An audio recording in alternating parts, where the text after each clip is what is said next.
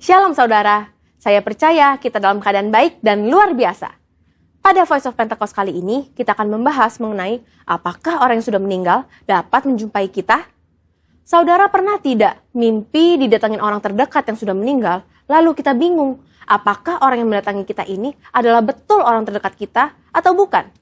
Bagaimana kita dapat menjelaskan peristiwa unik namun nyata seperti ini? Mari kita lihat 3 anggapan yang berkembang di masyarakat Kristen secara luas dan apa kata Alkitab mengenai hal tersebut. Pertama, fenomena yang terjadi sama seperti halnya Tuhan Yesus menjumpai murid-murid sebelum ia terangkat ke sorga. Ada tradisi yang berkembang di masyarakat bahwa orang yang telah meninggal masih dapat menjumpai orang yang masih hidup dalam kurun waktu 40 hari setelah kematiannya. Ditambah lagi dengan mengutip ayat sekenanya di luar konteks dan menyambungkan dengan peristiwa Tuhan Yesus menjumpai murid-muridnya selama 40 hari. Yang memegang kepercayaan ini pastinya tidak sadar bahwa Yesus bukanlah orang mati yang mengunjungi murid-muridnya, melainkan ia telah bangkit dari kematian dan hidup, seperti ada tertulis di Markus 9 ayat 9-10. Jadi, anggapan bahwa orang meninggal dapat menjumpai kita sebagaimana Tuhan Yesus adalah sebuah pemahaman yang keliru dan tidak sesuai dengan kebenaran Alkitab. Kedua, fenomena yang terjadi sama seperti saat Musa dan Elia menjumpai Tuhan Yesus di Bukit Transfigurasi. Sebagian orang mungkin beranggapan bahwa peristiwa ini dapat menjadi sebuah pijakan untuk menyatakan bahwa orang yang telah meninggal, yaitu Musa, menjumpai Tuhan Yesus dan bercakap-cakap dengan Yesus. Dalam konteks ini pun tidak tepat jika dijadikan landasan kepercayaan orang yang sudah meninggal masih dapat menjumpai manusia yang hidup. Sebab pada waktu itu Tuhan Yesus berubah rupa atau dalam bahasa Yunani disebut sebagai metamorfo. Sehingga baik Tuhan Yesus, Musa maupun Elia bersama-sama berada dalam dimensi yang berbeda dengan manusia pada umumnya. Dalam hal ini adalah Petrus, Yakobus, dan Yohanes yang menyertai Yesus pada saat itu. Ketiga, fenomena yang terjadi sama seperti ketika Saul berjumpa dengan Roh Samuel. Terdapat 2 penafsiran yang berkembang terkait dengan fenomena ini. Ada penafsiran yang mengatakan roh yang muncul itu bukanlah Roh Samuel, dan penafsiran lainnya mengatakan itu benar Roh Samuel, tetapi atas izin Tuhan untuk memberikan pelajaran dan peringatan kepada Saul. Nah, terlepas apakah kita berada dalam golongan yang meyakini itu adalah Roh Samuel ataupun bukan, Alkitab jelas menyatakan bahwa pemanggilan arwah, bertanya pada arwah yang dilakukan oleh Saul adalah pelanggaran terhadap firman Tuhan dan merupakan dosa. Karena itulah Saul mati. Tuhan Yesus seringkali menggunakan perumpamaan dalam mengajar agar lebih mudah dipahami. Dalam Lukas 16 ayat 19-30, Tuhan Yesus menyampaikan perumpamaan tentang orang kaya dan Lazarus. Dari sini kita dapat mempelajari bahwa ada jurang pemisah dalam dunia orang mati yang memisahkan 2 kompartemen yang berbeda, yakni Hades dan Firdaus. Pelajaran berikutnya adalah tidak diperlukan orang yang telah meninggal untuk mengunjungi orang yang masih hidup untuk menyampaikan pesan khususnya terkait pertobatan, sebab sudah ada pada mereka kitab suci. Mungkin ada saudara yang masih bertanya, lalu bagaimana mimpi yang tidak bisa kita rencanakan bisa terasa sangat nyata, seakan-akan orang yang sudah meninggal datang menjumpai kita? Setiap orang pasti pernah mengalami mimpi. Terkait dengan mimpi, Leland Ryken, seorang profesor emeritus bahasa Inggris yang juga adalah penata gaya sastra dari Alkitab English Standard Version, dalam Dictionary of Biblical Imagery menjelaskan, arti dreams and visions adalah mimpi akan muncul sesuai dengan kondisi yang sedang dialami manusia pada hari itu. Seperti yang dicontohkan dalam kitab Yesaya 29 ayat 8. Saat seorang yang lapar bermimpi ia sedang makan, tetapi ketika bangun, ia masih tetap lapar. Atau bisa juga saat merindukan seseorang hari itu, ia bisa bermimpi bertemu dengan orang tersebut. Dalam Alkitab, kita mendapati begitu banyak ayat yang menyatakan bahwa Tuhan menjumpai orang melalui mimpi. Tuhan memberikan pesan peringatan agar jangan sampai berbuat dosa. Tuhan memberikan pesan atau berbicara kepada orang tersebut. Tuhan mengabulkan permintaan, dan sebagainya. Namun, Alkitab tidak pernah menuliskan tentang orang yang sudah meninggal menjumpai orang yang masih hidup melalui mimpi. Jadi, sebenarnya siapakah yang dijumpai dalam mimpi orang-orang? Apakah itu setan atau roh jahat? Tentu tidak juga demikian. Dalam kedaulatan dan kasih-Nya, Tuhan bisa saja memberikan mimpi kepada kita, di mana dalam mimpi itu kita melihat orang yang telah meninggal dan penglihatan itu begitu sangat nyata untuk memberikan pesan penghiburan dan kekuatan kepada mereka yang masih hidup yang telah ditinggalkan oleh orang yang mereka kasihi. Namun, perlu dicatat bahwa tidak semua mimpi bertemu dengan orang yang telah meninggal adalah hal yang baik dan datang dari Tuhan. Sama halnya juga, bukan semuanya yang buruk dan datang dari iblis. Seperti dalam 1 Tesalonika 5 ayat 21, ujilah segala sesuatu dan peganglah yang baik.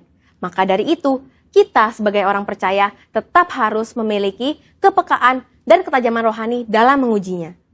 Saudara, untuk penjelasan lebih lengkap dari tim teologi kami, silakan cek link yang ada di atas atau scan QR Code yang tersedia. Salam integritas, Tuhan Yesus memberkati.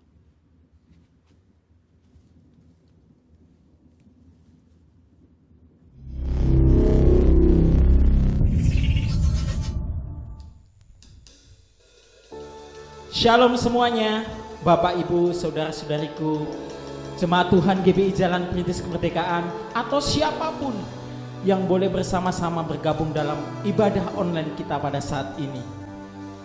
Kita yakin dan percaya bahwa Tuhan yang kita sembah adalah Tuhan yang luar biasa. Tuhan yang sanggup memberikan mukjizat demi mukjizatnya dalam kehidupan kita, yang sanggup memberikan kemenangan demi kemenangan dalam kehidupan kita. Asal kita percaya saja sepenuh hati kepada Tuhan, Dia sanggup melakukan segala perkara. Amin. Apapun yang menjadi keadaan kita hari-hari ini, Tuhan terlebih besar dari apapun yang menjadi masalah kita. Amin. Puji nama Tuhan. Mari sama-sama kita beri yang terbaik buat Tuhan. Kita mau sembah Tuhan, kita mau puji namanya, kita mau agungkan namanya, kita mau ucapkan syukur kepadanya, menjadi korban yang terbaik buat Tuhan lewat ibadah kita hari ini. Mari bersatu hati, kita doa sama-sama, kita sembah Tuhan sama-sama. Tuhan, hanya kepadamu kami berharap. Amin, Tuhan. Hanya kepadamu kami berserah, Tuhan Yesus. Amin, Bapa. Kau yang menjadi kekuatan kami, Kau yang menjadi kota benteng kami, Amin, Bapa. Kau yang menjadi perlindungan kami, Tuhan. Di tengah-tengah dunia, di tengah-tengah lingkungan di mana kami berada ini, Tuhan, di masa-masa susah ini, Tuhan Yesus, kami aman bersama dengan Engkau, Tuhan. Kau sanggup memberikan kemenangan demi kemenangan dalam hidup kami. Kau sanggup melakukan segala perkara di dalam kehidupan kami, Tuhan. Hanya padamu kami berharap, Tuhan. Hanya padamu kami berserah, Tuhan Yesus. Ini doa kami, Tuhan. Ini sembah kami, Tuhan Yesus. Makasih, Tuhan.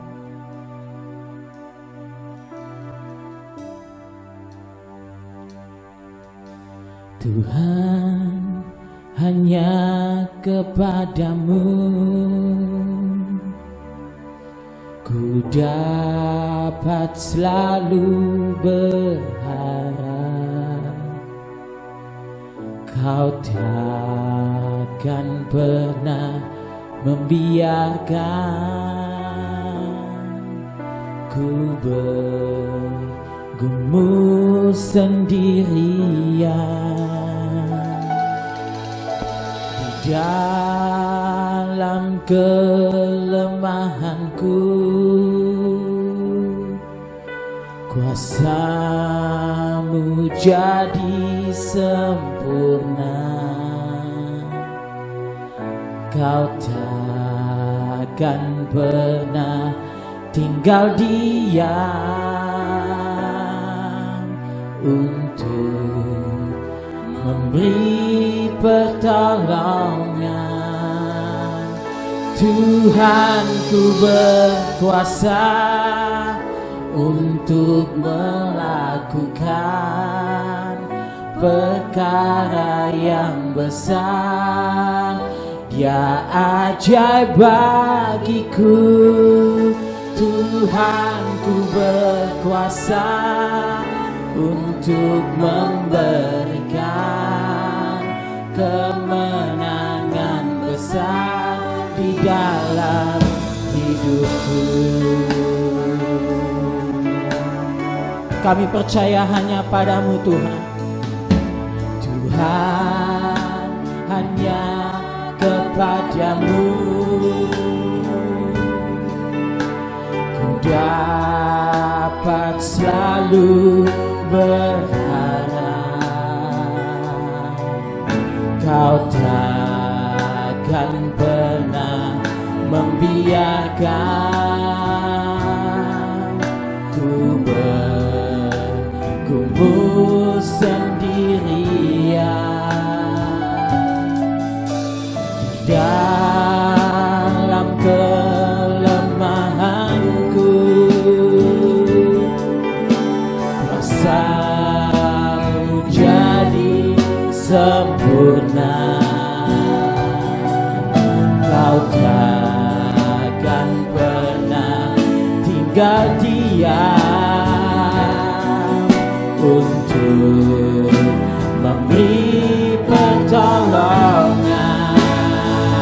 Tuhanku berkuasa untuk melakukan perkara yang besar, yang ajaib bagiku. Tuhanku berkuasa untuk memberikan kemenangan besar di dalam hidupku. Tuhanku berkuasa.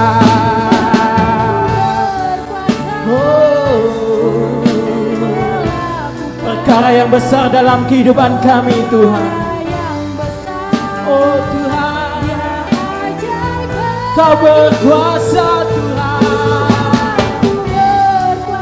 untuk memberikan kemenangan.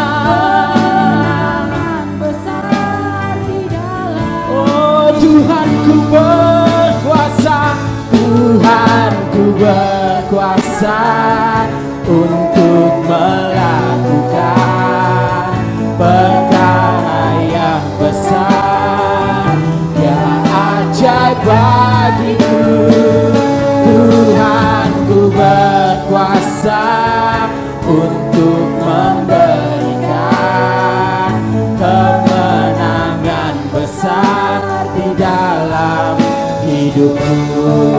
Mari sama-sama angkat tangan kita. Tuhanku berkuasa untuk melakukan perkara yang besar, yang ajaib bagiku. Tuhanku berkuasa untuk memberikan kemenangan besar di dalam.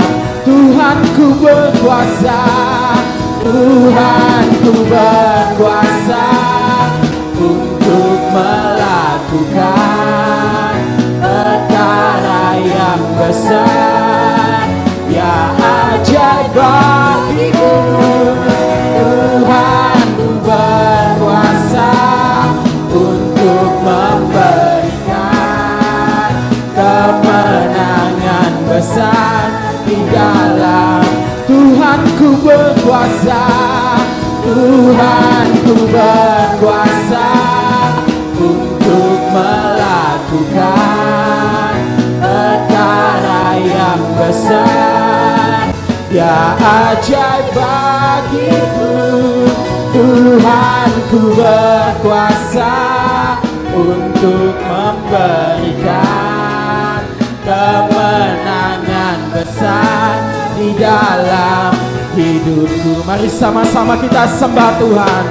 Oh Tuhan,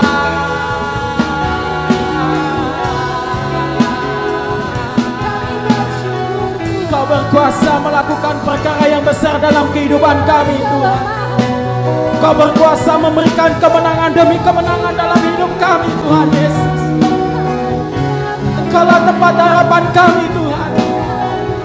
Engkaulah sumber kemenangan kami, Tuhan Yesus. Kami sembah Kau, kami sembah Kau, Tuhan.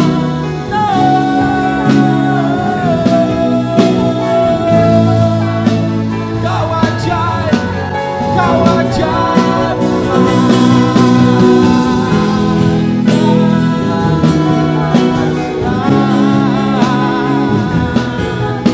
Kemenangan demi kemenangan kami dapatkan di dalam-Mu, Tuhan Yesus.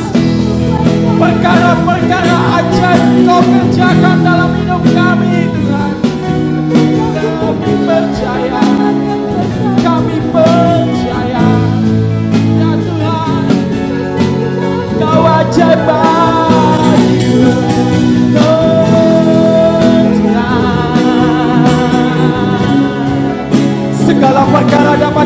bertarung di dalam Kau Tuhan, yang memberi kekuatan buat setiap kami Tuhan Yesus. Yes, ini sembah kami, ini pujian kami.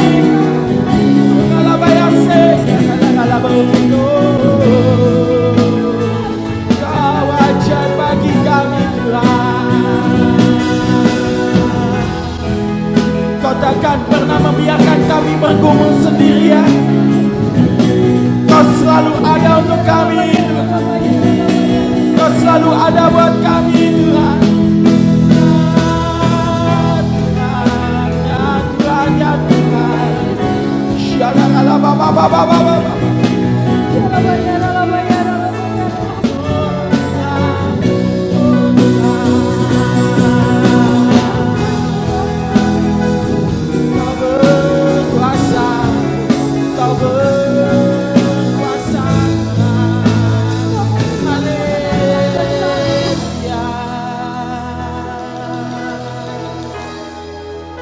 Ya Tuhan.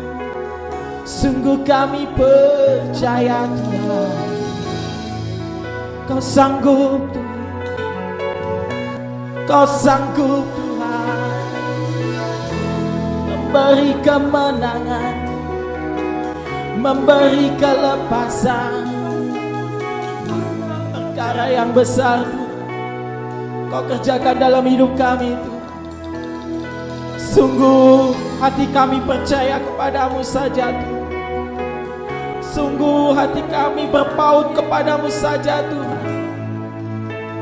Masa depan kami, hidup kami, hari demi hari yang kami lewati Tuhan, hanya bersama dengan Engkau Tuhan. Hanya bersama dengan Engkau Tuhan. Ini pengakuan iman kami di hadapan-Mu Tuhan Yesus.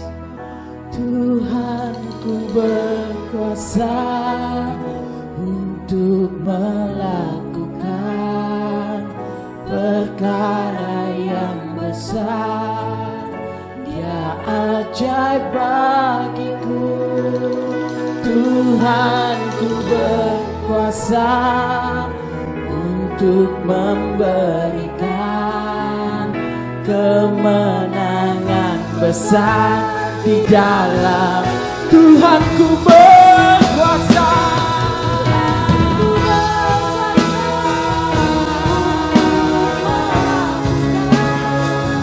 Perkara yang besar Kau ajaib. Tuhanku berkuasa untuk memberikan kemenangan besar Tuhan dalam hidup kami Tuhan Yesus.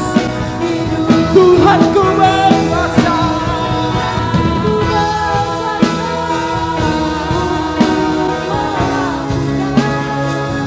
Perkara yang besar Dia ajaib bagiku.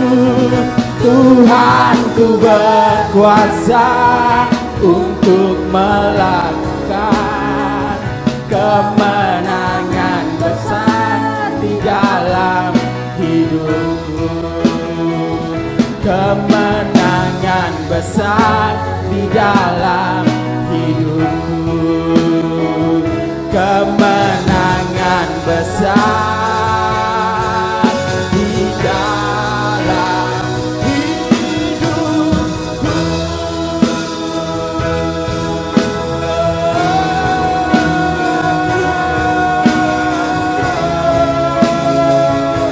Terima kasih Tuhan.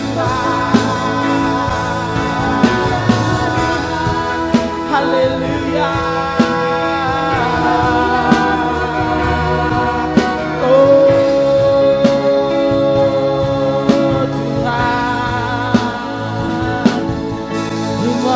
Kasih Tuhan. Berikan tepuk tangan buat Tuhan kita sebagai rasa syukur kita kepada Tuhan. Berikan tepuk tangan buat Tuhan kita. Berikan tepuk tangan buat Tuhan kita. Haleluya.